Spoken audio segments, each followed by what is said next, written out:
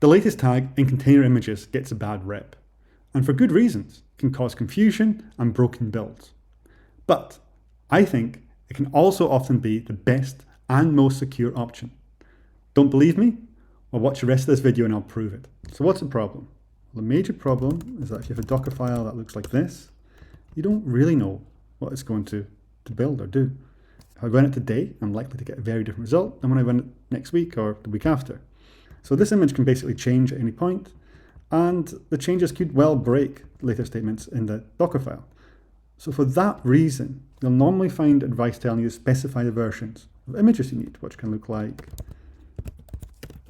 that. And this is an improvement, but as it's just a tag, it can still change.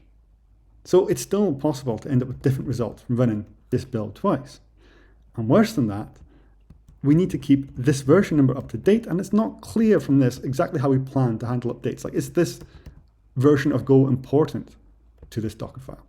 A much better solution is, in my opinion, to do something like this. We put the latest tag back, but we also add a digest. It's a hash based on the contents of the image. And this is like a superpower. It means that everyone that pulls that digest will get exactly the same image. Not nearly the same image, exactly the same image. And if someone tries to tamper with it, the contents will change and it'll no longer match a digest, so it's going to throw an error.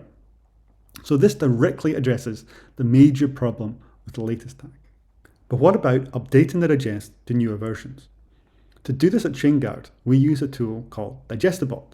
Now, Digestibot is a GitHub app that runs on a cron job and will update any digest it finds in Docker files or Kubernetes YAML to the latest version. But there's also Renovate and Dependabot, which you may well have heard of already or be using already, and they can do much the same thing. And that takes me back to the point about versions. If I'm using the tag 1.25.7, does that mean my application requires that specific version? As in, it will break if I use a different version? Well, maybe, maybe not. But you could use the tag 1.25 or even just 1, which would imply that you're happy with automatically updating except across major versions, for example. Now, in a lot of cases, I think that just using latest is simpler.